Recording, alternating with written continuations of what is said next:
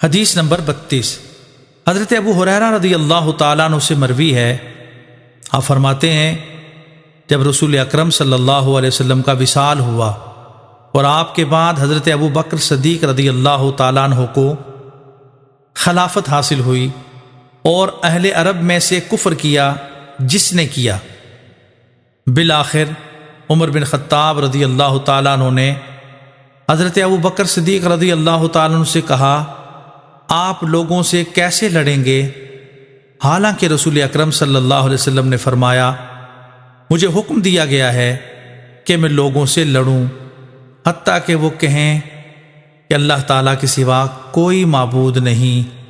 اور حضرت محمد صلی اللہ علیہ وسلم اللہ کے رسول ہیں۔ جس نے کلمہ توحید پڑھ لیا اس نے مجھ سے اپنا مال اور جان بچا لی، مگر اسلام کا حق باقی ہے اور اس کا حساب اللہ تعالیٰ پر ہے۔ حضرت سیدنا صدیق اکبر رضی اللہ تعالیٰ عنہ نے فرمایا، اللہ تعالیٰ کی قسم میں اس شخص سے ضرور بضرور لڑوں گا جو نماز اور زکوٰۃ میں فرق کرے گا، کیونکہ زکوٰۃ مالی حق ہے، اور اللہ کی قسم اگر وہ مجھ سے ایک رسی بھی روکیں گے جو رسول اللہ صلی اللہ علیہ وسلم کے پاس ادا کرتے تھے تو اس کے انکار پر بھی میں ان سے لڑوں گا۔ حضرت فاروق اعظم رضی اللہ تعالیٰ عنہ فرماتے ہیں،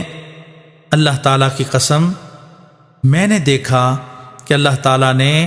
حضرت ابوبکر صدیق رضی اللہ تعالیٰ عنہ کا سینہ جہاد کے لیے کھول دیا، تو میں نے جان لیا کہ یہی حق ہے۔